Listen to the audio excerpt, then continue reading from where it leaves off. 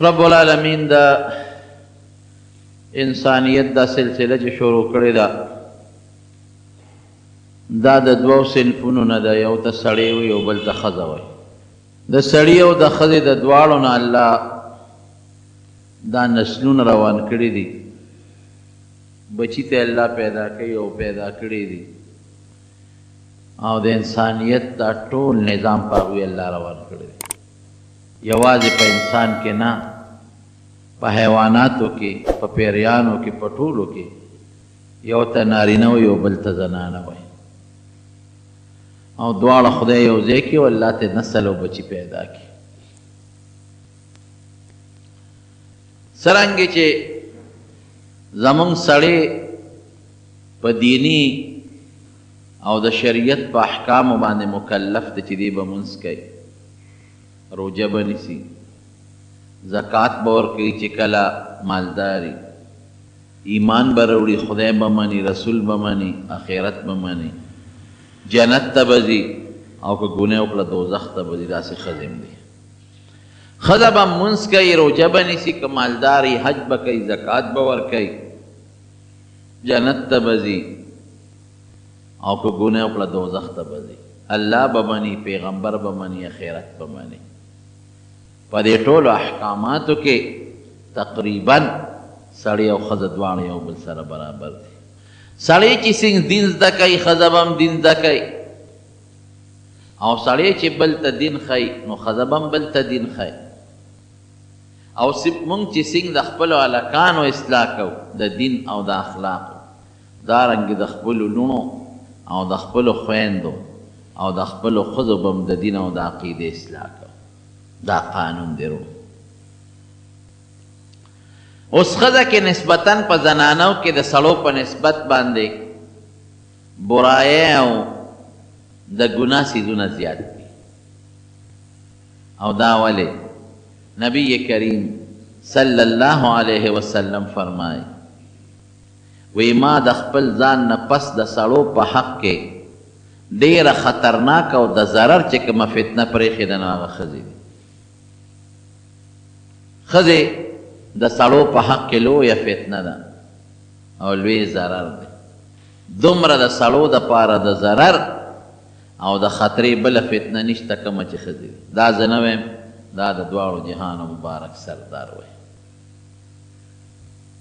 یو څو جرایم دي د ښځو، د هغې ذکر هم درته کوم او د هغې د اصلاح طریقې هم درته ښیم.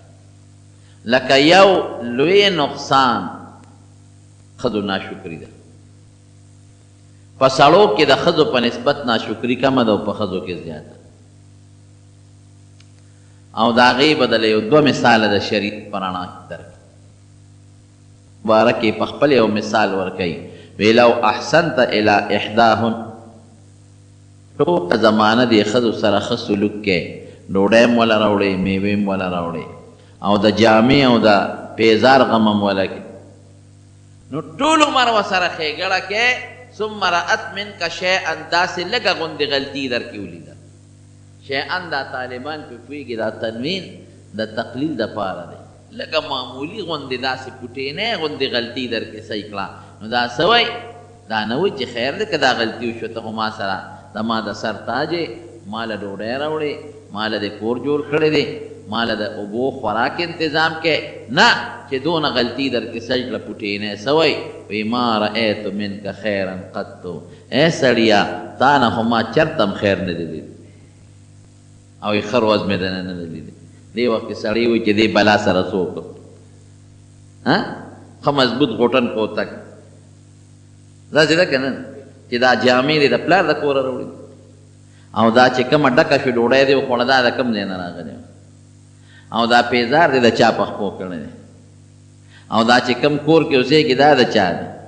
او دا میوې چې خوري دا د کوم ځای نه دي. خو نه ګورې وروڼو وال د ښځو منه دي، ښه داسې ما خوشطبي د سره وکړي. دا ولې ناشکره دي؟ دا زه نه ویم، د دواړو جهانو سردار یا یو. دویم مثال یې مه وره، حضور پاک یو ځای فرخت بشیر جان د دې غم خلاص دی. دی لا وایي ما له واده وکړه، سړیه دا نه په غم اخته چې ته م واده دې غم نه خو خلاص دي که تا له خو څپېړه چل هم نه درځي ناشکري به دی کور ودانې کوي او ورغروالې به په بل وي بل برې د مری نه رانیوي مړانده چې یو بل سره اکثر په جګړه نو یو خپل زوی راونیسي او بل هم خپل زوی راونیسي نظر خو یې نه لګي دا رده پرمان دی ګورې نو حاصل د خبرې دا دی چې ناشکره دي دویم مثال یې و حضور پاک مبارک فرمائی لا تحقرن جارة لجارتها ولو فرسن شاتن وی یو گاونډی دی د بلې گاونډی تحفه او خیرات ته سپک نه ګوري وی اگر که دا یو گاونډی دی بلې گاونډی له د چیلې د خپې د هغه نوک غوښه ولې ونه لیږي او بل حدیث کې زلفا محرقا د چیلې د نوک دا سوځېدلې غوښه دا سوځېدلې غوښه د چیلې د خپې به څه غوښه او چې هغه هم لا سوځېدلې نو کوئی داسې معمولي شی هم یو گاونډی بلې گاونډی له په تحفه کې په هدیه کې ولیږي نو سپک به ورته نه ګورئ نو علما لیکي وي دا حکم سړو ته نه کوي چې تاسو دا سپک به ګڼئ وی ښځو ته وایي وی معلومیږي دا چې دا د گاونډی د خیرات ته او د ډوډۍ ته او د هدیې ته او د تحفې ته دا سپک دا سړی نه ګوري دا ورته دا ښځه ګوري ښځه کې دا یو صفت شته دی څه پخ کړی او دی څه راوړل او دی سینګ ترکاري پخ کړې ده دا دې خاوند ته ښایي چې ګورې د پخولو والا چل صرف ماله راځي دا بل چاله نه ورځي دا ناشکري ده په ښځو کې د خاوند ناشکره د خواښې ناشکره د مور ناشکره د پلار ناشکره دا ناشکري ده دا پکې یو وایم حالانکې داسې بیبیان هم تېرې شوي دي چې هغوی به په دې کې د ډېرو سړو نه او د ډېرو خلکو نه په شکر ګزار شکرۍ کې مخکې اوس نبي علیه السلام فرمایي وی ښځه به د خاوند تابعداري کوي یو حدیث کې راځي وی که ما حکم کولی چاته یو انسان ته چې بل انسان ته د سجده وکړي سجده ما سوا د الله نه بل چاته منع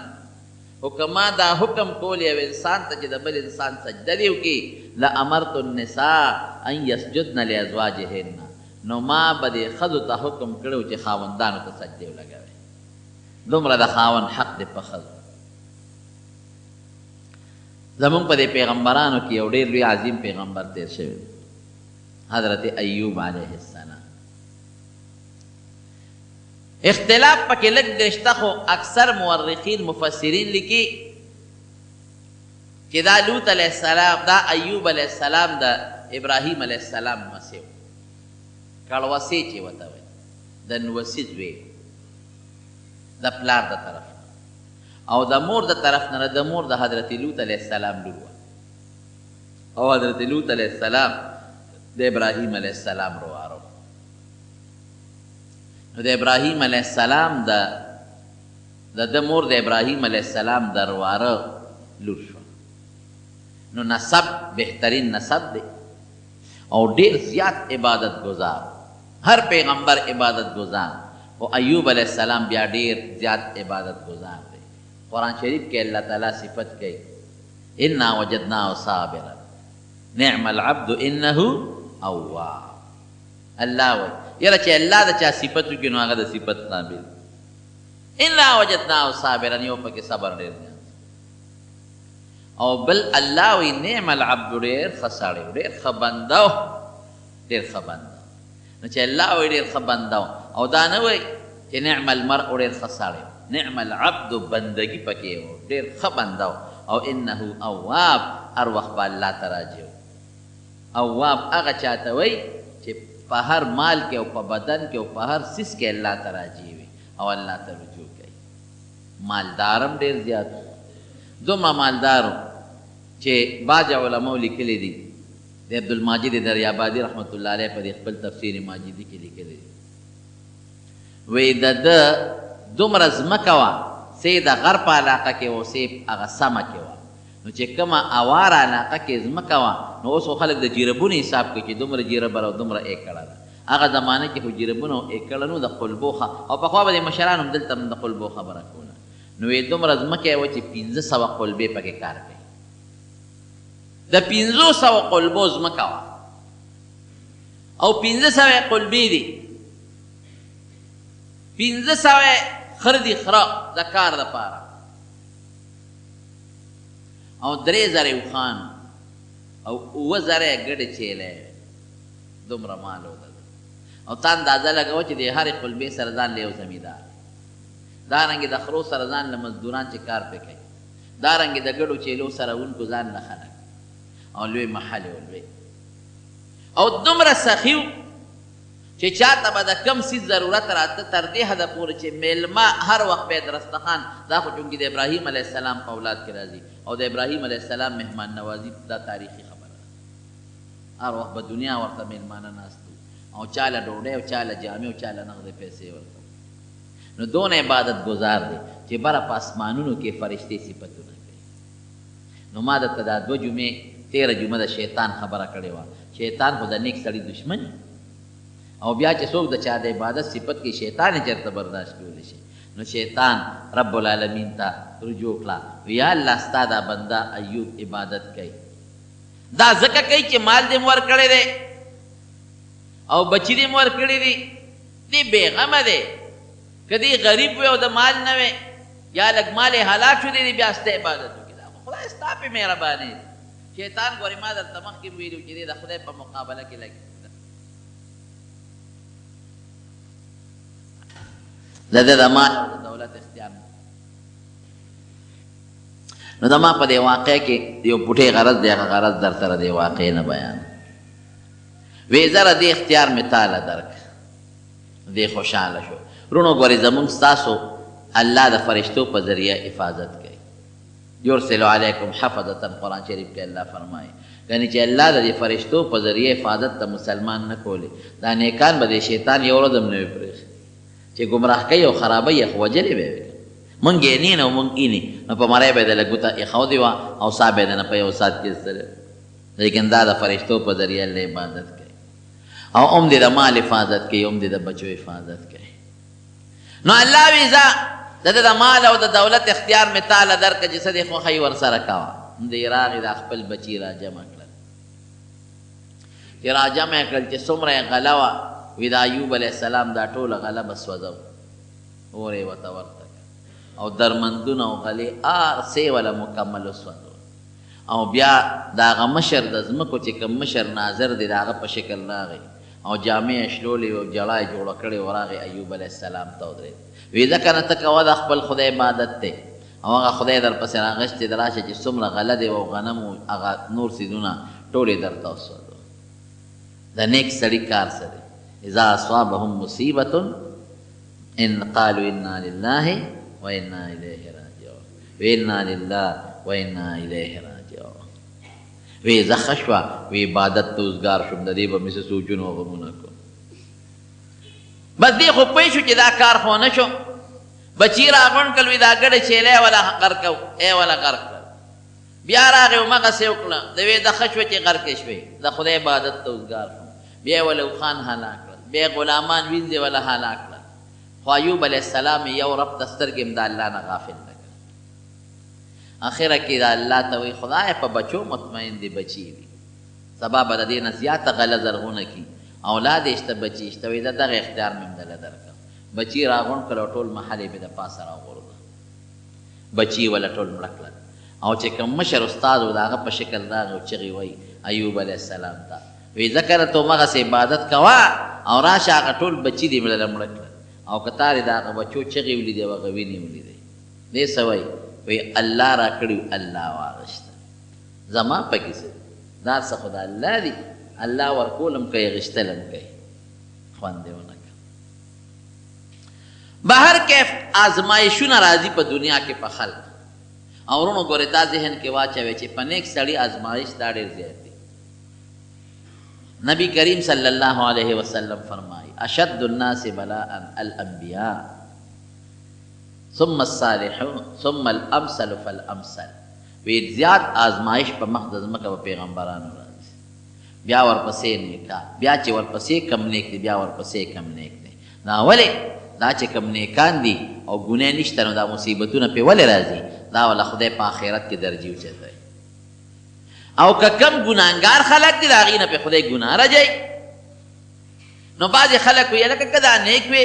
دا تکلیف په نه راته نه دا تکلیف دا بیماری دا لازمه نه ده چې دا د په ګناهګار راځي دا په نیکان راځي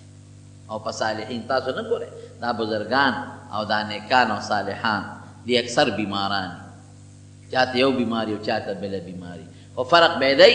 چې کم سړی ګناهګار دی او په ده تکلیف راغی دی به فریادونه کوي او چغې به وایي او چې کم سړی نیک او صالح دی په ده بیماری او تکلیف راغی دی او پکې استقامت کوي او صبر به کوي دی فرق دی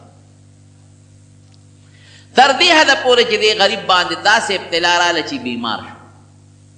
او دا پخوا به زمونږ په دې وطن کې په دې خلکو ننکۍ راختې اقې ننکۍ به یې وتل چیچک چې څه ته وایي دا ټول وجود یې د دانو نه ډک شو دې حد ته خبره ورسېدله چې د خپلو خپلوانو د ټولو ته نفرت پیدا شو کرکه ته خلکو شروع کړه دا بیماري به مونږ ته ولګي نو خپلوان هم ته بېزاره شو دوستان هم ته بېزاره شو ګاونډیان هم ته بېزاره شو واحد یو کس پاتې شو یو بیبي یې پاتې شوه رحمت د هغې نوم و چې هغې د خپل خاوند خدمت کوه دا مې درته دې پورې وی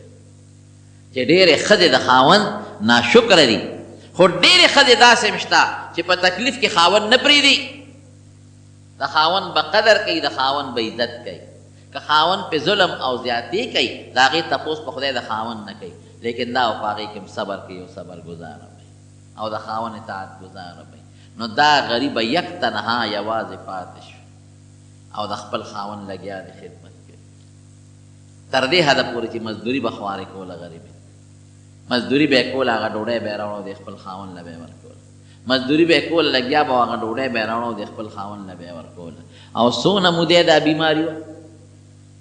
د ازمایش او د تکلیفونو او د بیمارۍ مودې څومره پته درته لګي نه یو شپږ میاشتې او نه یو کال روح المانی کې لیکلي د علامه آلوسي چې 19 کاله په دې بیمارۍ په دې تکلیف کې دا غریب پروت 17 سال 19 کاله په دې تکلیف او په دې بیمارۍ کې پروت دی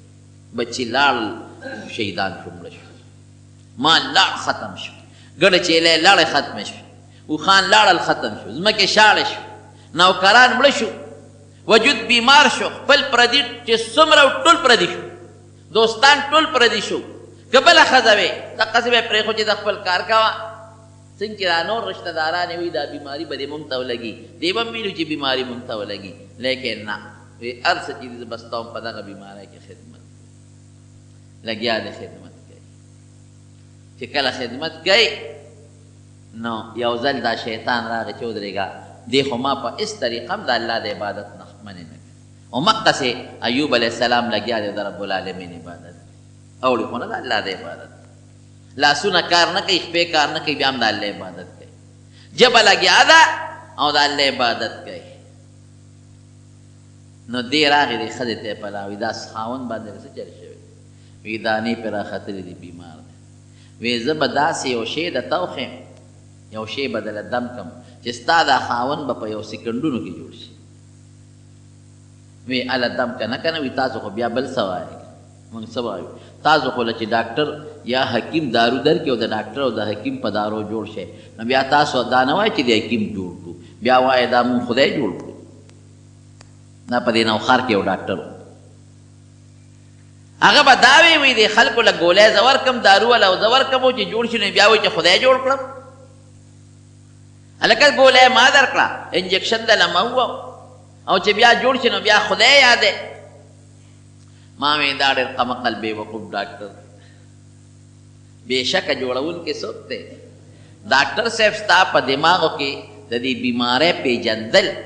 او د بیمارۍ دپاره چې کم دارو پکار دي دا ستا په مازغو کې چا چولی دي الله دا سترګې چې ته پې مریض ته ګورې او دا لاس چې د مریض نبض پې ګورې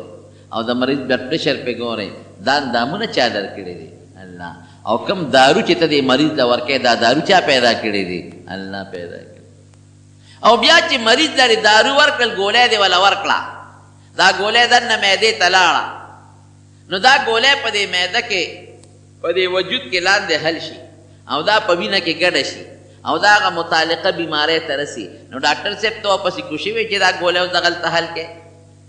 او د دې ګولۍ نه مختلف څیزونه جوړېږي څه په وینه کې ګډېږي څه پټو لځي څه هډوکو لځي نو دا تقسیم دغلته دننه خدای سړي په دې ګېډه کې څوک کوي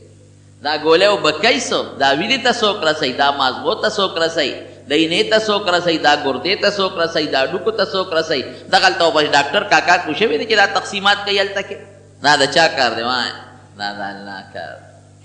نو هغه دا شیطاني اثرات دي نو هغه شیطان ورته وایي وی تاله به زه اوس داسې شی درکړم چې دا خاوند به دې په سکنډونه کې جوړ شي وی شا به راکړه که نه وی نه تاسو خو دا علاج دله به زه وکړم بیا به وایي چې خدای جوړ کړم ځکه داسې وایه چې زه د پلان کې حکیم جوړ کړم او دا خاوند دې داسې وایي چې زه د حکیم جوړ کړم شرطیاً دله اوس علاج کوم ته چې جوړېږي او که دې نه جوړېږي دا بیبي یې لاړه او دې خاوند ته د هغې زړه کې دا نو راغلی چې یقینا جوړونکی انسان دی خو دا مجازي نسبتونه خلک دی که نه راغی خاوند ته ایوب علیه السلام ته کېناسته یو کیم مې مونتی دی او ته ډېر په تکلیف کې پروت دی واقعي چې وجود ټول د دانو نه ډک دې زمانه کې خو دارو دی هغه زمانه کې خو دا دارو نو دا اوس چې کم دي نو ټول وجود دې د بیمارۍ او د تکلیف او د دانو نه ډک دی یو حکیم مې مونتی دی هغه د علاج کوي خو د هغه یو بوټی غوندې شرط دی هغه وایي چې دا به وی چې زه دې حکیم جوړ کړم دا ټکې وایي اوس په دې سوچو بس ایوب علیه السلام له غوسه ورکړه پیغمبر له بیا د پیغمبر په مخ کې چې څوک د الله د خبرې خلاف خبره وکړي او بیا دا وایي چې د پلان کې جوړ کړم نو پیغمبر له په دې ډېر قهر او ډېر غوسه ورځي اگر چې صابر او خو د دین په بنیاد کې غوسه ورځي یو صحابي فرمایي وی نبی کریم صلی الله علیه وسلم مبارک ډېر زیات صابر صبر پکې ډېر خو چې کله به د الله د حکم لږه خلاف ورزي وشوه نو بیا به د پیغمبر علیه السلام غوسې ته څوک ودرېدی نه شو بیا به وله غوسه ډېره ورته نو ایوب علیه السلام لم دلته غوسه ورله وی ښه ما ته دا خبرې ښه او ګورې شیطان چالونه او سکیمونه هم دی چې دی په ښځه سړی وایي ما درته مخکې ویلي وختي مې درته وایي آدم علیه السلام چې د جنت نه نیسته د چا په ذریعه راووت د بیبي حوا علیه السلام په ذریعه باندې دا چلې ورته جوړ کړه نو دی یو سازش جوړ کړه نو ایوب علیه السلام له غوسه ورله وی ښه که زه خدای جوړ کړم سل چوکې به دې وام سل چوکې به دې وام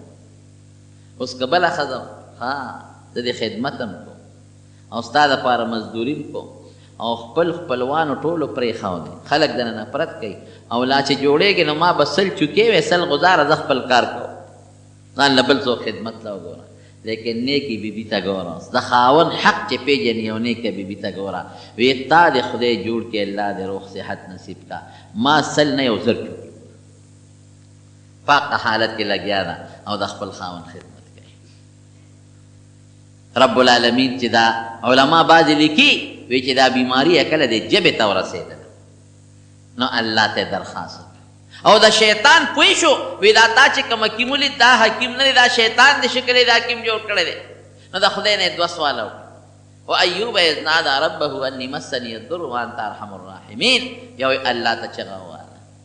یا الله ما ته دا بیماري نوره د ما ژبې ته ورسېدله او الله ستا د عبادت نه مې وباسي خدای ته ارحم الراحمین ستا نه زیات رحم کوونکی بل څوک نشته او بل ځای وایي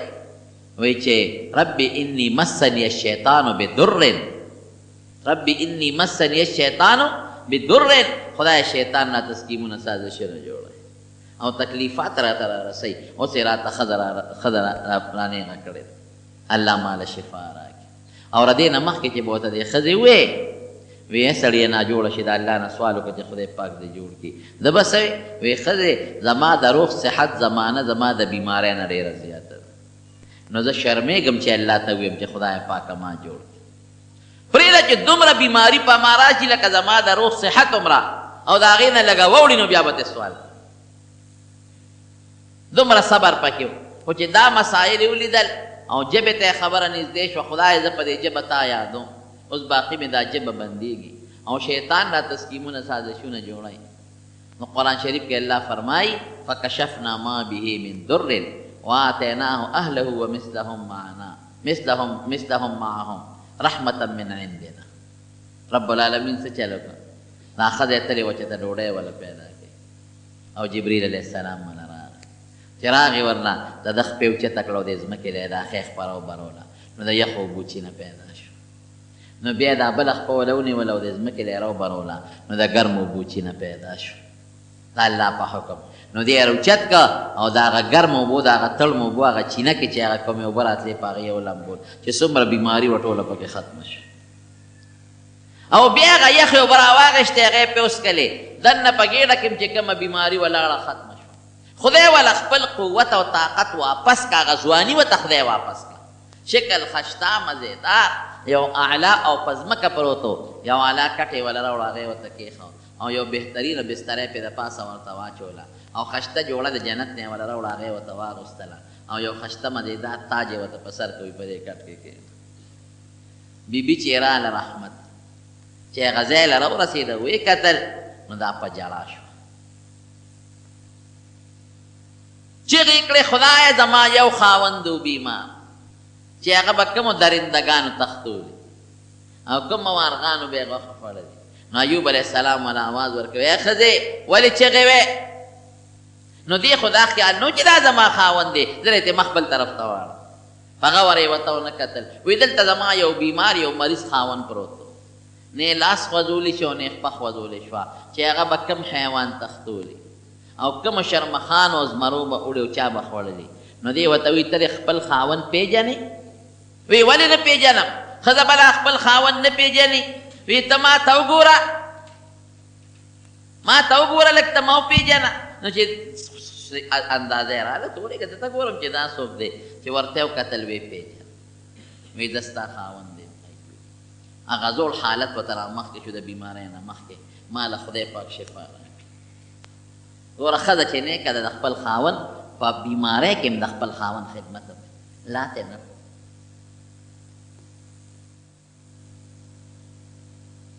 ځان له چې د بوډۍ ښځه ګوره نه تختی صالحانې به دې زمانه کې می شکر دی خو اکثریت د فاسقانو ښځو دی نو قسم یې خوړلی دی چې سل چوکې به دې وه نو رب العالمین خو هغه ذات دی چې ارحم الراحمین دی ایوب علیه السلام ته تا چې قسم خوړلی اوس به زه چل کې نو الله ورته بیا چل وی یو جارو راواله جارو او سل ډکي پکې واچوه سل ډکي او یو شلق دې پې وباس بس سل چوکې شوې که نو یو شمراخ یو جاروی راواغېسته او په هغې کې سل چوکې وې او په هغې هغه خاوند له یو ډب ورکړه ښځې له یو ډب ورکړه الله پې دا رحم وکړه دا پې خدای یو کرم وکړه چې دې ښځې د خاوند خدمت وکړه یعنې چې سل چوکې یې راغېستې او په هغې هغې واله نو خاوند یې جوړ چې ښځه به یې قبر ته رسېدلې نو نیکانې ښځې هم شته او بدعمله ښځې هم شته د حضرت ابراهیم علیه السلام بیبیانې دي دوه یو بیبي یې ده بیبي ساره څنګه چې ابراهیم علیه السلام د وطن نه بې دخله شو د نمرود د علاقې دا بیبي ساره هم ورسره د وطن نه راووته دوه کسان ورسره وښه دا بیبي ساره یې د تره لور ده او یو ورسره خپل وراره لوط علیه السلام دا ورسره هجرت یې ورسره وکړه څنګه چې ابراهیم علیه السلام خپل مور پرېښود او پلار یې پرېښود او خپل رونو او تربوران هر څه یې پرېښودل دارنګې بیبي سارې هم دا هر څه پرېښودل د خدای په نوم یې هر څه قربان کړل که بله ښځه وي وی به چې ښه زه ستا ښځه یم او ته مې خاوند دی نو که دلته په عراق کې اوسېږې در سره به زه خو تا له مور پلار دی له نه یم در کړه چې تا سره دې په وطنونو پیاده سفر یې کوم او لږه تنده دې تېروم او در سره ګرځم نه ورسره په پیاده سفر روانه شو ګوره الله احسان کوي کم زنانه ده او که نارینه دي چې خپل ژوند دې الله ته وقف کړ او ځان یې خدای ته وسپاره نو خدای څوک نه ضایع کوي ان الله لا یضیع اجر المحسنین چې کوم نیک انسان دی د هغه اجر خدای چاته هم نه ضایع کوي دا الله سره هر څه لیکلي دا موږ د انسان ښېګړه ضایع کوو خدای پاک د انسان ښېګړه او د چا نیک اجر چرته هم نه ضایع کوي کومه نیکي چې دی بنده سره وکړه بعضې سړی وایي که نه وایي لکه نیکي کوه په کندو کې سنبالوه دا بنده به دا نیکي یېره کې خو الله نه یېري الله به د هغې اجر دله خامخا درکوي په دنیا کې به هم درکوي او په آخرت کې به هم درکوي لاړه بیبي ورسره او تاسو به واقع اورېدلي امام درته کړې ده په لاره یو بل ظالم بادشاه و هغه ته څه د ګناه مطالبه وکړه دې بیبي نه چې د ګناه مطالبه وکړه هغه ته د ابراهیم علیه السلام حقانیت معلوم شو نو ابراهیم علیه السلام وله خپله لور بیبي هاجره ورکړه نو ابراهیم علیه السلام سره دواړه بیبیانې روانې شو بی بی سارا او بی بی هاجره. نو دا موجوده چې اوس کوم ځای کې بیت المقدس دا د شام علاقه وه دلته راغله. نو د دواړو بیبیانو په منځ کې روانه راغله. دوه بنې یو ځای ژوند تېرول دا آسان کار نه دی، دا ډېر ګران کار. یو جنت هغه ځای دی چې سړي سره پکې زیاتې بنې ژوند تېرولی شي. هم چې موږ چېرته دا ذکر راشي پکې چې جنت کې به سړي سره دوه یا ښځې به دا طالبان موږ له چټ راکړي وي، موږ دوه نه شو سنبالولی، دا دوه یا به څوک سنبالي. په جنت کې ښځې سنبالول څه اسانه خبره خو نه ده. د قلبې خوان به سنبال کړي، خو ښځې نه شي سنبالولی. نو بیا نبی کریم صلی الله علیه وسلم فرمایي وی نه دا خیرت ده جنتیانو زړونه به که قلب رجل واحد د یو سړي زړه په شانتې وي، لکه د یو سړي په اړه کې اختلاف نه وي. دارنګې د دې په منځ کې لا تباغض ولا حسد، نه به یو بل سره بغض وي، نه به یو بل سره حسد وي، او نه به یو بل سره دشمني وي. خو دا د جنت خاصیت دی، د دنیا نه دی. ګوره دنیا کې دا جګړه شته، د زوی او د پلار په منځ کې راځي، د ښځې او د خاوند په منځ کې راځي، د مور او د لور په منځ کې راځي، د دوه وروڼو او دوه خویندو په منځ کې راځي، د بنو خو خامخا راځي. جګړه جوړه شوه. بی بی سارې قسم وخوړه ابراهیم علیه السلام ته، وی یا به دا ما سره یو ځای اوسئ او یا به دا لرې که او یا ما لرې که. او د بی بی هاجرې له خدای زوی هم ورکړی اسماعیل علیه السلام. نو د دې په زړه کې نور هم داسې لږ بغض پیدا شو ورسره چې زه زړه ښځه یم د ده او زما زوی نشته او د ده زوی شته. داسې وشو د دې بیبي زوی شته. نو قسم یې وخوړه یا ته ما لرکه او یا دا لرکه. نو ابراهیم علیه السلام چې به کم کار کو، پیغمبر هر کار د الله په مشوره کوي. نو رب العالمین سره یې مشوره وکړه. الله وی داسې وکړه چې دا کشره بیبي د هاجره او د دې دا زوی اسماعیل دا دواړه راواله او زه درته لاره ښیم یو طرف ته یې بوځم. نو دا کشره بیبي او دا بچی اسماعیل علیه السلام دواړه را روان کړل او موجوده چې کوم ځای کې بیت الله دی د دې بیت الله خواله یې راوسته. او دلته یو غټه اونه وه، اسم نو شاړه ځمکه غټه اونه وه، نو اوبه وې او نه نهر او نه کوي. د هغه اونې لاندې د خپله بیبي کشره بیبي هاجره او د هغې هغه ماشوم بچی کېنول. لږې غوندې اوبه یې ورسره په بتکي کې هغې ورته کېښودې او لږ غوندې ورسره څه ساتوان متوان کجورې څه سامانو په یو رکوټې تیلی کې هغې ورته پرېښودل ابراهیم علیه السلام ته. ګوره د ښځې تابعداری ته چې د ابراهیم علیه السلام ته روان شو، دا بیبي هاجره ورپسې شوه. نو ابراهیم علیه السلام هم ګورې صابر او ډېر زیات صبر و پکې. ان ابراهیم لحلیم لأواه حلیم. قرآن شریف کې الله فرمایي اواه هغه چاته وي چې هر وخت خدای ته جاړي او آه کوي. او حلیم معنا صابره. حلیم هوښیار ته م وایي او صابره ته م وایي، هوښیاره م او صابره م. نو چې دې ته روان شو، علما لیکي دا اوس چې کوم خوا د باب مروه د علاقه د باب مروه باندې مخامخ دی. پخوا به ورته چپر بازار اوس یې روان کړی دی معلات طرف ته کوم چې د مکې مکرمې قبرستان دې طرف ته روان شو. دا بیبي ورپسې ده او ورته وایي ته چېرته دی او موږ د چا ته پرېښود. دې خو ورته غږ نه شي کولی. که ورته مخ راړئ نو کشره بیبي ده، ځوانه پیغله او ماشوم بچی دی، نو جړا والا ورځي نو غږ نه کوي. نو دا بیبي یې هوښیاره وه، د دې لمن نه یې کلک راونیوه. وی چېرته هم پرېږدې غږ نه کوي. اخره کې دا بیبي ورته وایي الله امرکه، وی تا ته خدای ویلی دي. هغې ته خو پته وه چې زما دا خاوند بغیر د الله د حکم نه بل ټک نه کوي. نو ابراهیم علیه السلام ورته سر داسې وخوړه، مخ یې ورته روانه وه. نو بیبي فورا لمن پرېښوده، وی اذن لا یضیعنا، وی خدای به موږ نه ضایع کوي. ګوره یقین د بیبي یې څومره مضبوط او پخته دی، موږ به خدای نه ضایع کوي. زه په مخه دی. نو ابراهیم علیه السلام ته نو چې روان شو یو غر ته وخت. ګورې دا ډېر ګران کار دی، دا داسې ازمایښونه یم خدای ساتي. قسم دی موږ معمولي ټوک را باندې راشي څومره فریادونه کوو، یا معمولي غوندې څه تکلیف را باندې راشي موږ څومره چغې وباسو. واقعي موږ نه یو د ټینګې، موږ هغه وجود او هغه استقامت نه لرو کوم استقامت چې د پیغمبرانو د هغې د بیبیانو د هغې د بچو موږ کې هغه نشته.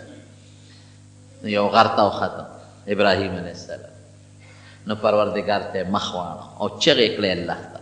او څه وایي ربنا انی اسکنت من ذریتی بواد غیر ذی زرع. عند بیتک المحرم. الله ورته ویلو چې دلته زما یو کور دی نښه شته دا به پې باندو مخکې نه یې پې کړی.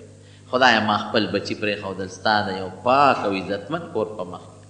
ربنا لیقیموا الصلاة، خدای عبادت لګولی ستا د کور خوا کې چې دی دلته عبادت وکړي. فجعل افئدة من الناس تهوي الیهم، خدای څوک ورته چاړه ورته رامایل کړي، څوک خلک وله راوله. دی به یوازې څه کوي؟ وارزقهم من الثمرات، او خدای د میوو په شکل کې روزي وله ورکړه چې ستا دوی شکریا ادا کړي. نو ګوره بیبي هلته صبر وکړه. هغې بلې بیبي هم هلته قرباني ورکړې وه د خپل خاوند سره چې د عراق نه د خپل خاوند سره سفر وکړه او پیاده مزل یې ورسره وکړه، هجرت یې وکړه د عراق او د شام په منځ کې څومره مزل دی. دواړه قربانۍ ورکړې، دواړو بیبیانو له د خاوند د تابعدارۍ او د الله د حکم د پوره کولو صلې رب العالمین ورکړې. څنګه یې ورکړې؟ دې له خدای اسماعیل علیه السلام ورکړه او خدای پاک د اسماعیل علیه السلام او د ابراهیم علیه السلام د بیت الله نقشه جوړه کړه. بیت الله پې خدای جوړ کړه. هغې مشر بیبي له خدای پاک حضرت اسحاق علیه السلام ورکړه. هغې له خدای غسله خدای پاک ورکړه او د ابراهیم علیه السلام او د اسحاق علیه السلام په لاس باندې خدای بیت المقدس جوړ. یو زوی ورسره لګیا دی کار کوي بیت الله جوړیږي، هلته بل زوی ورسره لګیا دی کار کوي بیت المقدس جوړیږي. او هغې زوی له د دې زوی په اولاد کې خدای د دواړو جهانو مبارک سردار پیدا کړ د اسماعیل علیه السلام په اولاد کې، او د هغې زوی په اولاد کې خدای څوک پیدا کړل؟ د هغې زوی نه خدای پاک یعقوب علیه السلام پیدا کړ. د یعقوب علیه السلام نه خدای پاک یوسف علیه السلام پیدا کړ او د هغې نه خدای پاک څومره اولاد کې بلا په سوونو زرګونو پیغمبران پیدا کړل. دا ولې بیبي نیکه ده، صالحه ده، پاک دامنه. کومه ښځه چې نیکه وي، صالحه وي، پاک دامنه وي، بچي به پاک دامن لویږي. یو مثال دله درکړم، د دې نږدې ملک د افغانستان مثال دی. کوم یو تاریخ مې کتل، په دې افغانستان کې یو بادشاه تېر شوی د امیر عبدالرحمن، ویره د نیکو د هغه نوم امیر دوست محمد نوم، د دې امیر عبدالرحمن نیکو امیر دوست محمد نوم. نو هغې امیر دوست محمد لښکر ولېږه د یو علاقې د جنګ دپاره، او خپل زوی شهزاده هغه جرنیل کوله. امیر دوست محمد هغه ولا جرنیل کو فوج یې ورکړو، د په پلان کې علاقه باندې دشمن په مونږ حمله کې لاړ شي، د هغې مقابله وکړه. دوی لښکر یې ورکړه. دا د امیر دوست محمد زوی چې کوم شهزاده دی، دی لاړ مقابلې له. چې مقابلې له لاړ، اطلاع دا راله د سی ډي پولیس والا چې ستا هغه زوی چې دی د امیر دوست محمد ته دا اطلاع راله چې ستا زوی شکستومون ته راوتښتېد او بلا فوج یې مړه شو او علاقه یې پرېښوده دشمن ته. نو د امیر دوست محمد وی کور ته راغی او دی ناست ډېر زیات پریشانه دی. نو ښځه ورته وایي سړیه ولې پریشانه یې؟ بادشاه سلامت وی پریشانه په دې چې هغه زوی دی د دشمن نه راوتښتېد او بلا فوج هم مړ شو او دشمن بلا علاقه مو نیوله او د زوی دې هم پته نه لګي چې زوی به د سینګ کم ځای ته راتښتېدلی او کم ځای به یې او کم ځای به نه وي. دا ښځه ورته وایي چې بادشاه سلامت زما زوی فتح مونتې ده، زه درته یم چې زما زوی فتح مونتې ده او دشمن له شکست ورکړی دی، زما زوی راتښتېدلی نه دی. وی ټول سی آی ډي رپورټ دی او د خفیه ایجنسو په رپورټ دی چې زما لښکر راوتښتېد او د دنیا لښکر مړه شو او ټول وایي چې هغه زوی دی راوتښتېد او ته دلته په کور کې ناست یې، څه نه خبر نه ورته وایي زما زوی ګټه مونتې ده او فتح یې مونتې ده. وی ښه ستا رپورټ هم دی او زما هم دې پته به ولګي. ښځه ډاډه ده، تکړه ده چې یو څو ورځې تېرې شوې نو بل رپورټ راغی، وی فتح یې ومونده، دشمن باندې فتح ومونده او دشمن یې وموه او ستا زوی چې دی هغه شهزاده هغه سپه سالار هغه جرنیل کامیابي ومونده. راغې ښځې ته کېناسته، وی ښځې هغه زما رپورټ خو واقعي غلط، زما ټول د حکومت رپورټ غلط ثابت شو، تا ته د اطلاع چا درکړې؟ وی چا هم نه. نو وی تا بیا څنګه وایي چې زما زوی فتح مونتې ده او زما زوی نه دی تښتېدلی؟ ما ته وی دا حال درته نه ویم. وی نه ما ته به خامخا دا حال وی. بادشاه دی ښځې ته وی خامخا به حال وی. وی حل درته ویمه خو دا به ځان سره راس کې ساتي. وی وایه. وی ښه حل دا دی چې کله نه ما تا یو بل سره یو ځای شو او دا بچې زما خېټه کې جوړېدل شروع شو، نو ما حرام خوراک نه دی خوړلی، مشتبه به هم نه دی خوړلی. ما دا سوچ وکړه چې زه داسې خوراک خورم چې زما وینه مکمل پاکوي. ولې چې د چا وینه پاکوي او دغې پاکې وینې نه کم بچې جوړېږي، هغه به بهترین اخلاق به د هغه جوړېږي. د هغه به رزیل اخلاق نه د هغه به خراب اخلاق نه د هغه به بهترین اخلاق وي اعلی اخلاق وي نو مې چې داسې بچی زما وشي چې هغه د بهترینو اخلاقو خاوند دي نو ما 9 میاشتې د دې بچي دپاره ډېر فریضونه کړي دي ما منځونه کړي دي ما تلاوتونه کړي دي ما سجدې کړي دي او چې کله تر کمې پورې دی بچي بیا زما د سینې پی خوړل نو داسې وخت په ما نه تېر شو چې د بچي له مې پی ورکول د هغې نه مخکې ما 2 رکاته نفل نه کړی دې ته مو ووایي زه به لاړم ما به اودس وکړه اودس نه پس به مې 2 رکاته نفل وکړل نو ستا دا شهادت زوی مې بیا هغې نه پس سینې ته واچوه او چې دی به بیا کله په جړا شو په یو پسې نو بیا به مې اودس کوم ما به 2 رکاته نفل کول او بیا به مې پی ورکول نو چې کوم داسې بچي وي چې هغه پاکه پی وخوري او پاکې وینې نه جوړ شي نو هغه بهترین اخلاق هغه شهادت ته ځان ورنږدې کوي ځان شهید کوي خو تښتي نه هغه کې تېښته نه چې تا ما ته و چې زوی دې راو تښتېد ما وې دا داسې وینې نه دی جوړ چې دا دې را تښتي دې به ځان وجدي شهید کېږي به جنت ته به ځان رسېږي خو دې به را تښتي نه د باندې ما حلاله خوړلې ده د دپاره ما منځونه کړي د دپاره ما اودسونه کړي دي او د ده دپاره ما ډېر تلاوتونه کړي دي شته داسې میندې په دې زمانه کې نشته نبی حضرت اسماعیل علیه السلام د کمې مور پی وخوړل د بیبي هاجرې نو ځکه چې خدای د دواړو جهانو پیغمبر وروسته پیدا کړه او حضرت بیبي اسحاق علیه السلام د چا پی وخوړل د بیبي سارې پی وخوړل نو خدای پاک یې په اولاد کې په زرګونو پیغمبران پیدا کړي اولاد کې خدای یعقوب علیه السلام پیدا کوي او حضرت یوسف علیه السلام پیدا کوي دا پاکه بیبي چې پاکه ده وینه پاکه ده بچې به نیک لویږي د بهترینو اخلاقو بچې به پیدا کوي او بیبي چې کله نجسه ده بېلمانځه ده بېلمانځه مونځ نه کوي اودس نه کوي تلاوت د قرآن شریف نه کوي نو بچې به ترې د ګنده اخلاقو پیدا کېږي ښه بچې به ترې چته پیدا نه شي نو دا مې یو خبره کوله د زنانو متعلق چې زنانو کې یو لوی نقصان دا دی چې دوی ناشکره دي ناشکري پکې زیاته ده خاوند به شکریا ادا کوي نه نعمت ناشکري به نه کوي په ناشکرۍ الله خفه کېږي او په شکریا الله خوشحالېږي دا یو صفت دویم نقصان په زنانو کې څه دی دویم بې ستري پکې ډېره زیاته دې زمانه کې تاسو ګورئ ښځې بربنډې ګرځي که نه ګرځي نری لباس مری ښکاري سټ ښکاري د سر ویښته ښکاري لاندې خپې ښکاري پنسي اوچتې کړي لاندې ټولې خپې ښکاري بې ستري په دې بازارونو کې په دې مارکیټونو کې وګوره حیران بشي دا دومره بې ستري ده په ښځو کې دا ټوله ګناه کبیره ده یو ګناه کبیره نه ده د دې خپله هم ګناه کېږي او چې دا کم سړي ورته ګوري د دې ټولو سړو چې څومره ګناه و چې د دې برابر د دې ښځې راشه د دواړو جهانو مبارک سردار سوی حضور پاک مبارک فرمایي وی ښځې به هم خوشبو پورې کوي او سړی به هم پورې کوي سړی به کومه خوشبویې پورې کوي سړی به هغه خوشبویې پورې کوي ما ظهر ریحه وخفیه لونه چې رنګ یې نه ښکاري بوی وي بوی پکې وي رنګ یې نه ښکاري رنګ والا خوشبو به نه پورې کوي په مخ به پوډرې او په مخ به دا څیزونه میزونه نه پورې کوي او د ښځو خوشبویي څه ده ما ظهر لونه وخفیه ریحه چې رنګ یې ښکاري خیر یې په مخ دې رنګ پورې کړي او په تندي دې رنګ پورې کړي او په لاسونو دې پورې کړي خو چې بوی پکې نه ولې ځکه چې دا بوی کوي نو د خلکو هغه توجه ځان ته را پیدا کوي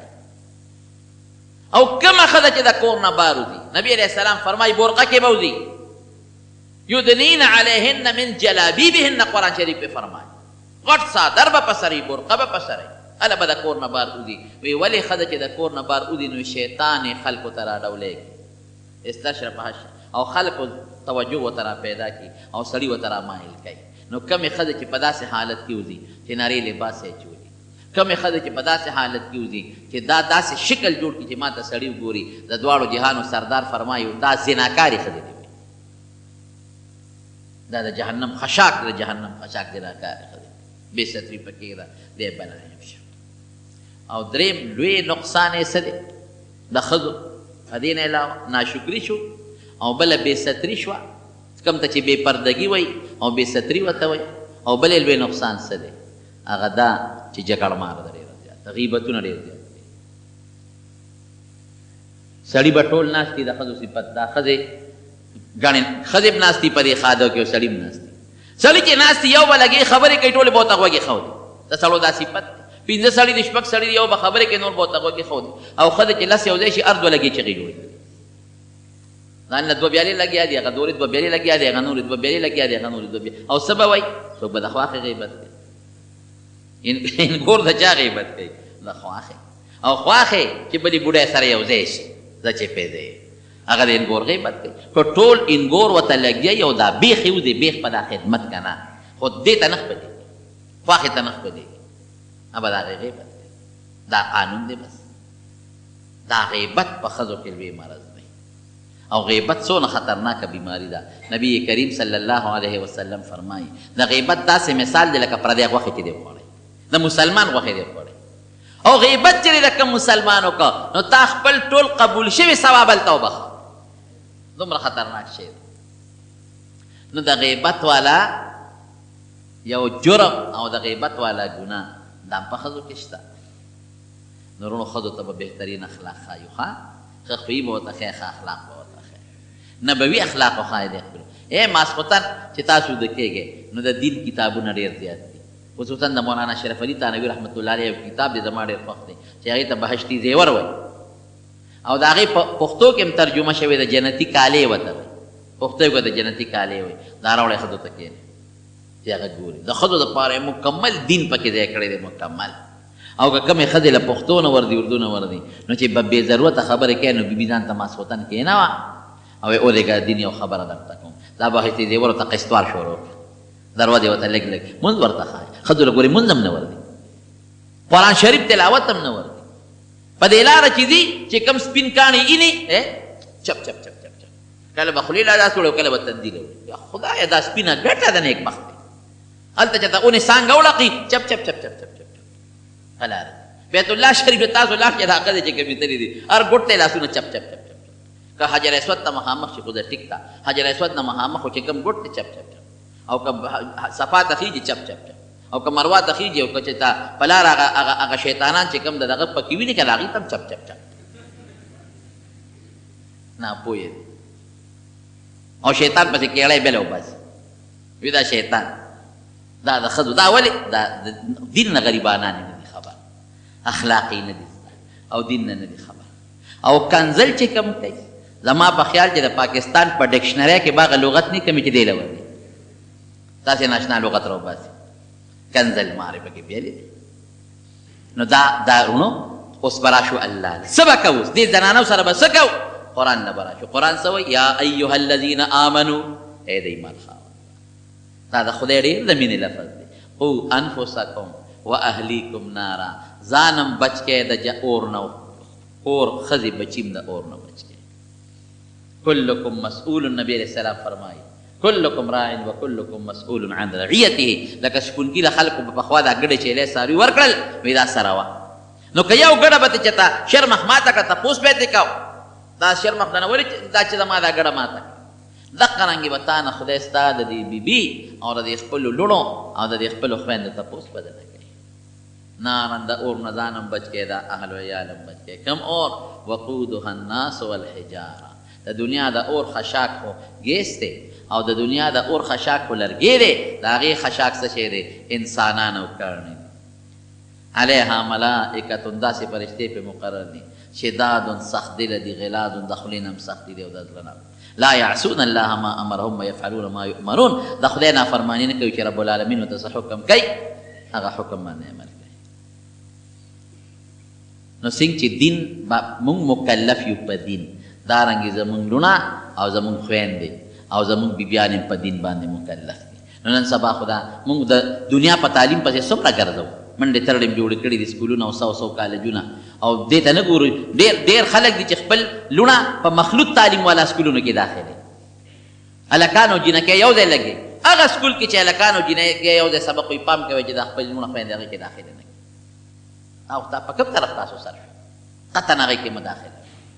او دین ورته ولې نه ښایي قرآن ورته وښایي د قرآن ترجمه ورته وښایي پیغمبر علیه السلام مبارک احادیث ورته وښایي د هغې ترجمه ورته وښایي په خپله به دې هم زده کېږي هغې ته به هم ښایي ماسخوتن ورته یو حدیث یا د جینکو مدرسې په هغې کې داخلې کړي یو حدیث د دین مسله مونځ ورته وښایي قرآن ته لږ تېر کړئ تاسو پته به درته ولګي چې قرآن صحیح وي او که غلط وي نو وروڼو دا ګورې دا مو وایه چې دا یاره خو بس زما سر د تیږې لاندې دی بل به خپل کار کوي نه څنګه چې ستا باندې دین فرض دا راګي په هغې باندې ډېر فرض دی دعا وکړئ الله ته زمونږ نه راضي شي خدای زمونږ زنانه او زمونږ نارینه چې څومره دي خدای مونږ ټول دینداره کړي رب العالمین د بې دینۍ نه مو ساتئ خدای د زنانو په سرونو د حیا او د پردې څادر واچي او د رسوایۍ نه رب العالمین محفوظ وساتي. خدای د نبی کریم صلی الله علیه وسلم راوړلی شوي دین خدای هغه زموږ نصیب وګرځوي او د حضور پاک مبارک د سنتو تابعداري نصیب وکړي. الله که څوک مریضان دي ته ولا شفا ورکړي. خدای که څوک قرضداران یې قرضونه اخلاص کړي زموږ د حلال رزق نصیب کړي. ته رانه خدای راضي شي او آخر وخت کې مې په خولې دا کلمه نصیب کړي لا اله الا الله محمد رسول. که مونږ خبره کوو چې د په دې اسمبلی کې خبره کوو نو ښځې به راوچتې شي وایي زمونږ حق پکې نشته. ما وی بل حق مونږ ته خو نه دی معلوم چې څه دي خو تاسو ګټلي نور دله مونږ څه درکو. اوس یو شی پاتې دی هغه دا چې درته ټیټ شو په دې شام ځان باندې سوري کو په دې بازار کې م ګرځو. بل حق خو مونږ ته د ښځو نه دی معلوم که نه بل پکې شته دی. که سړی ګاډي کې دی نو ښځه ورسره نور کله خو هغه پرېږده اوس خو هغه ډرایوینګ ته م کېناست دی. په موټر سایکل ته مخکې ناست دی شاته درپسې دا ناسته ده کېړی اوچتې کړې نو موټر سایکل سیټ ته خالی نه شو د ډرایورۍ سیټ د دوی نه خالی نه شو دکان د دوی نه خالی نه شو سړک ته خالی نه شو. یو خادي خدای ته وګورئ مونږ ته خو پته ده چې دا دلته کې خادي وي څو جوړې ځان له جوړوئ تاسو یو جوړه جامې سړی جوړوي که نه ډېرې جوړې ډېر نږدې چې د چا د رور واځي نو 2 جوړې جامې دې جوړوي ګلې یو جوړه جوړوي. ځکه نه ښځو نه تپوس وکړې دا چې ته د ماما د ترور د نوسي د نیکه د کړوسي لور د هغې واده دی په 15 رشتو لرې واده یو سوټکیس ته جامو ځان له ډک جوړوي او که نه جوړوي که نه جوړوي تاسو خو هلکه غلې ناست دا غرور مونږ ته پته ده که مونږ ته خبر یو هر څه د ښځو او د ښځو حقوق نشته. زه حیران په دې چې حق دوی څه ته وایي. کویدن د دوی حق دی اومه د دوی حق دی نکري د دوی حق دی اخپیر ته راو کسر هغه د دوی حق دی هغه درېیمه راو که څلورمه د هغه پکې د دوی حق دی. نو دا زمونږ پکې څه شو ټول حقونه خو دوی اخیستي نو کله به زمونږ سره هلته پیدا اسمبلو کې م جګړې راپاسي وایي د ښځو مولیان وایي د ښځو حق نه مني. نو دا یو ټکې مې موږ اسمبلو کې نه شو ویلي دا خو بار ویلي شو دلته نه شو ویلي ولې چې بیا لکه مې به دا یو حق یې پاتې دی چې بس را باندې را سورۍ شو په دې بازار کې مونږ پړې اچولي او تاسو را باندې لکه د څاروي دپاره سورۍ او واګې م راکې اچولي دغه یو حق پاتې دی بل مونږ ته نه دی معلوم د ښځو حق دغه یو یې پاتې نو ښځې د ښځو خپل مقام شته خو دا مطلب نه دی چې اوس ښځه یې روچته کړله او هغې ته د سړي مقام ورکړه او سړي ته د ښځې مقام ورکړه شریعت داسې نه کوي. نو د ښځې دا حسن او دا ډول خوښ نو یې سړي د ما له خو به دا سوال کوي ورته د خدای خاطر وکړه ښځې ته 4.5 شو 100 کال وي مخ ته دې وګوره دې وجود ته دې وګوره خبر کې دې پې پرتي خو که ځوان نه سړیه ما له به خامخا دا یو سوال کوي چې ما خدای پاک ځوانوي هغه دې به مجبوره کړي وی الله دا یو سوال خو دې ښځې له کومه دوه مې ځان له پرېښي او زما دا ښځه ځوانه که پېغله کړي چې د 1400 کالو پېغله شي او په دې مخ د ځمکه د دې نه خشته جینۍ بلني نو الله خو سره وعده کړې وه بیانهي هغه وخت یې مقصې جوړه شوه چې جوړه شوه اوس سړی خو صاحب د 100 کالو بوډا بابا دی او ښځه د 1400 کالو شوه او پېغله شوه چې 2-3 ورځې تېرې شي ورته کېناسته کاکا یو خبره کوو وایي ښځې څنګه سوال دې قبول شو خوشحاله شوې وایي بس سوال مې قبول شو خو اوس خفه یم څنګه خفه نو وایي ته ځان ته مه ګوره او ما ته مه ګوره زما دې شکل ته مه ګوره ته زه تا سره ژوند نه شم تېرولی مهرباني وکړه ما له طلاق راکړه چې د ځوان مېړه کوم او ته پېژنو چې د بوډۍ ښځه ځان له کوه اوهو ښځې دا خو دې په غم واړولو دا ما دا سوال تا له دې لپاره کوم ما خو ویې که نه چې دا مه کوه نه تا سره یو سکنډ ژوند هم نه تېر ځکه نه چې د 2 مشران راغواړه فیصله به وسو زه تا سره خپله ځواني ځړولی شم ته قبر کې پروت دی ټوله شپه ټوخېږې دا حقیقت دی کله کله یو ځل هغه د ایوب خان قانون ووایي آیلي قوانین به یې ورته وایي نو هغې کې دا فیصله کړې وه چې ښځه به هم سړي ته طلاق ورکوي څنګه سړي سره طلاق اختیار دی دا اختیار به د ښځې ښځې هم د اختیار دې پیدا شي چې هغه دې هم سړي ته طلاق ورکړي ما وی دا ایوب خان صاحب که دا دې پاس کړی وي خو دا بوډاګان به ټول د بټونو په غاړه ناست وو څوک به د کندې په غاړه څوک به د بټ په غاړه ناست وو هلکه دا ولې یار بېګا ښځې طلاق کړی ته د شرم شکر دی عقل نبی کریم صلی الله علیه وسلم فرمایي او قرآن حکیم کې رب العالمین فرمایي اول او زمغه کسان راغلي اوس مانه تپوس کو دوی چیرې دا تپوس نه کوم چې دا بعض خلک دا سوال کوي ټي وي والا سنټریو غشته وی دا تپوس نه کوم چې بعض خلک دا سوال کوي چې شریعت ښځه د سړي په نیمه برابر کړي او ګوی د ښځې د سړي په نیمه ده دا خو زیاتې نه دی ما ورته ویل څوک چې دا خبره کوي تر اول د هغې نه تپوس وکړه چې دا مسلمانان دي او که دا کافران دا تپوس تر اول وکړه که هغوی کافران وي چې بیا به د هغوی په ژبه جواب ورکړي او که هغوی مسلمانان وي چې د مسلمانۍ په خبره کې جواب ورکړي. ما ته ویې نه ته راته ووایه. ما ښه که دا چې کوم دا خبره کوي دا سوال کوي چې شریعت ښځې له د ښځې حق نه دی ورکړی او ښځې د سړي په نیمه باندې حساب کړې ده او د ښځې ګوی د سړي په نیمه ده، نو ما وی که دا کافرانی نو زمونږ خپل د اسلام په دایره کې دننه دا قانون دی. دا قانون زمونږ د مسلمان دپاره دی، دا د کافرو دپاره نه دی. نو کافرې ښځې له څه پکار دی چې دا تپوسونه کوي؟ هغوی پېژه خپل مذهب او خپل دین یې پېژه. او که دا ښځې مسلمانانې وي د دې په الله ایماني، د الله په کتاب به ایماني، د الله په پیغمبر به ایماني، نو مې دا خبره نه د مولا ده او نه دا خبره د بل چا ده، دا د رب العالمین د قرآن ده. واستشهدوا شهیدین من رجالکم، 2 سړي ګواهان جوړ